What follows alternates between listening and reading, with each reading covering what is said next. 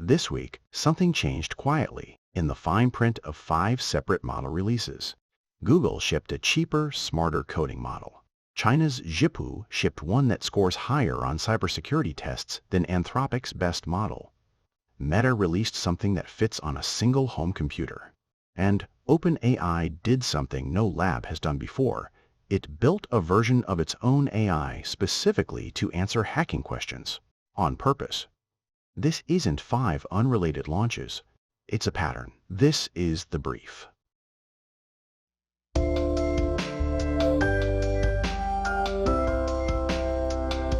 Gemini 3.7 Flash, cheaper, smarter, and racing the clock.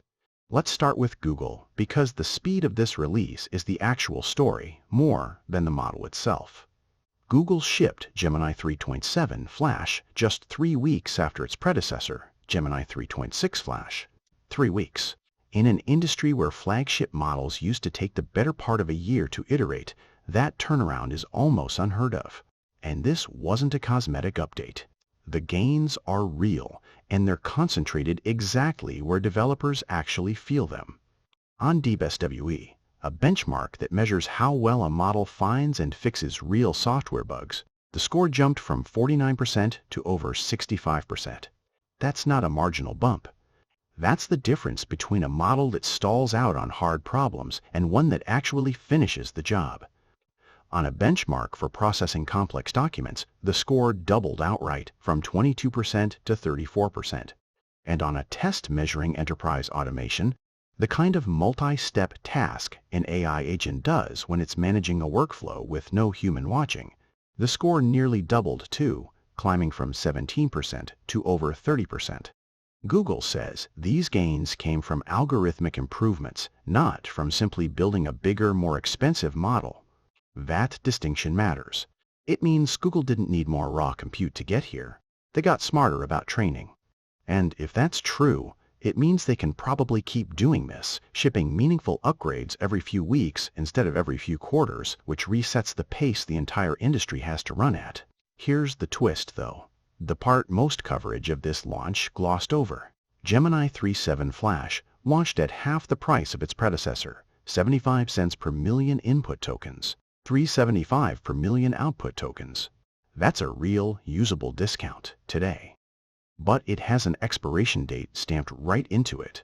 On January 1st, 2027, the price doubles back up to exactly where the old model's pricing already sat. So the honest way to describe this isn't AI just got cheaper. It's Google is giving developers a better model at the old price for a limited window, specifically to get them to switch their workflows over before the discount disappears. It's a genuinely good deal for anyone building right now. It's also, unmistakably, a land grab, dressed up as a limited time offer. GLM 5.3, China's answer, built for cyber defense. On that exact same day, a Chinese lab called Zhipu AI, which operates internationally under the name Z.ai, released its own answer, GLM 5.3. And the tagline they chose to launch it with tells you everything about where this industry's priorities have shifted. Built to code, ready for cyber defense. Not code first, safety as an afterthought.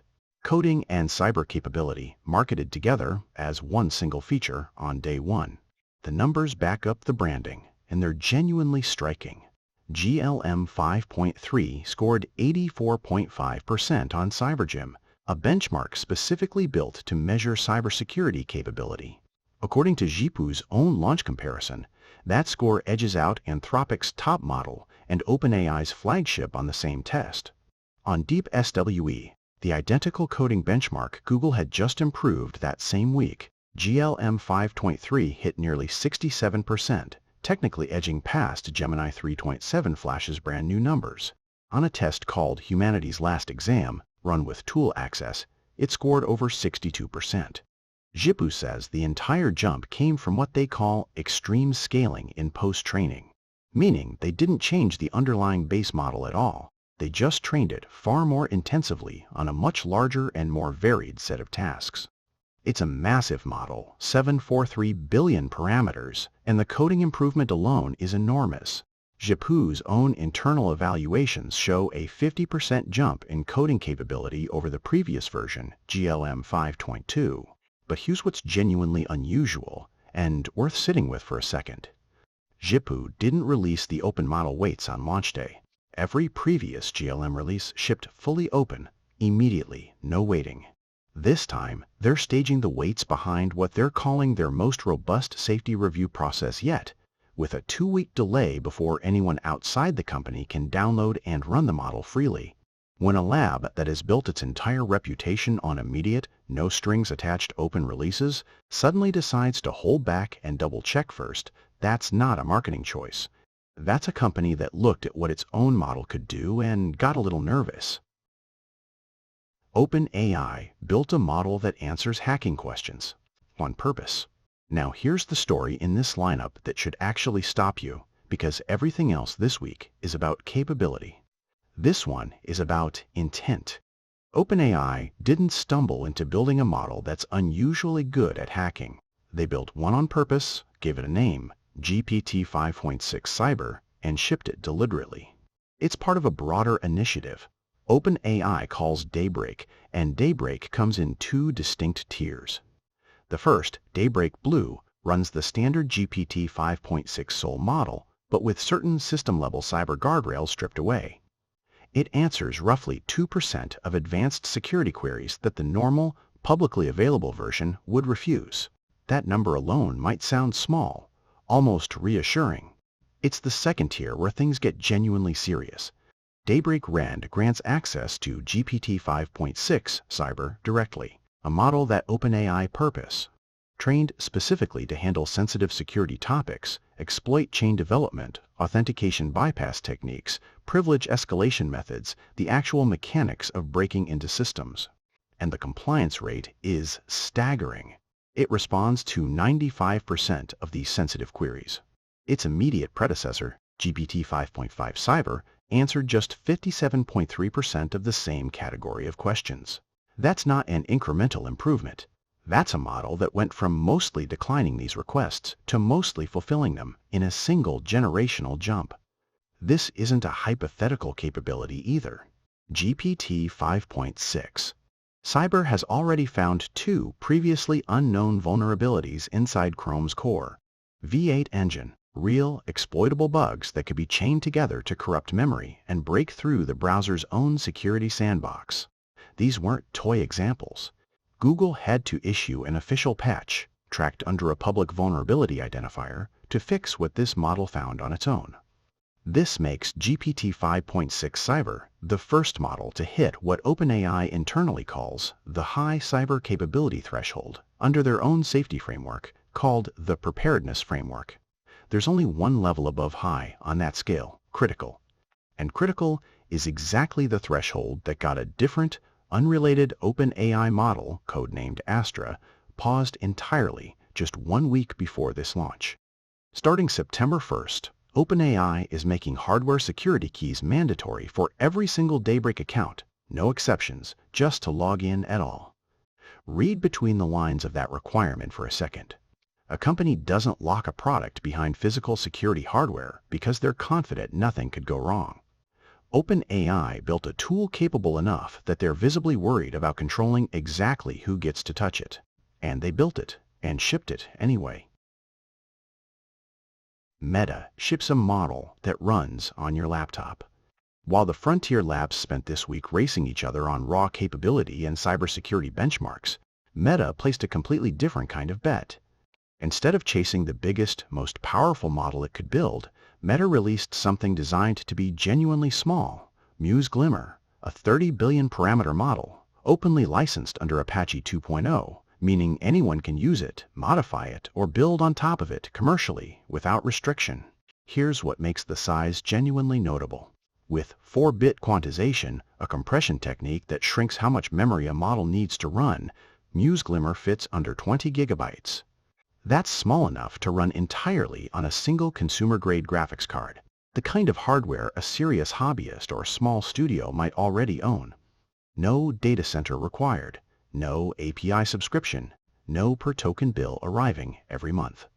just your own machine running the whole thing locally, completely under your control.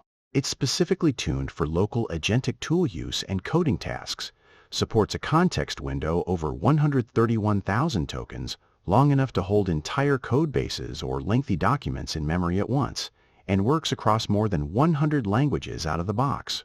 Meta reports roughly a 3.1x speedup compared to other models in its size class. In a week, where every other major release was about chasing bigger cybersecurity numbers or faster cloud infrastructure, Meta quietly made the opposite argument, that real useful capability doesn't have to live in someone else's data center at all. It can just live on your desk. OpenAI's need for speed. And OpenAI wasn't finished for the week. Alongside the Daybreak announcement, they quietly rolled out something called Ultrafast, a new API service tier built around a single, simple pitch, raw speed.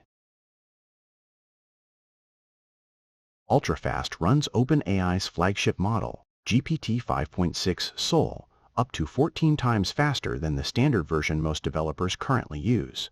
It's powered by specialized chips built by a company called Cerebras, purpose-designed for extremely fast inference, and it's capable of generating up to 750 output tokens every single second. Why does speed like that actually matter? Because a model that takes 10 or 15 seconds to think through an answer is perfectly fine for something like drafting an overnight report or working through an asynchronous coding task where nobody's watching the clock in real time. But that same delay becomes a genuine deal breaker the moment AI gets embedded somewhere that demands an instant response, a live trading system reacting to market movement, a customer support call happening in real time, an autonomous agent that needs to make a split-second decision and act on it immediately, not pause to reason for several seconds first. OpenAI is explicitly building Ultrafast for exactly those use cases, and it's currently only available to a limited group of API customers while they test it further. It's a quiet but important reminder that the AI race stopped being purely about which model is smartest a while ago. Increasingly, it's about which one can think fast enough to actually be useful in the exact moment it's needed. 5 releases. 1 week. A cheaper coding model racing its own expiration date. A Chinese lab topping cybersecurity leaderboards on launch day. A model deliberately built to answer hacking questions with a 95% success rate. A tiny model built to run on your own laptop. And an API tier built purely for speed. None of these happened in isolation. Every major lab, in the same 7 days, decided that coding, hacking, and speed weren't separate categories anymore. They're the same race. I'm Aladdin. This was the brief.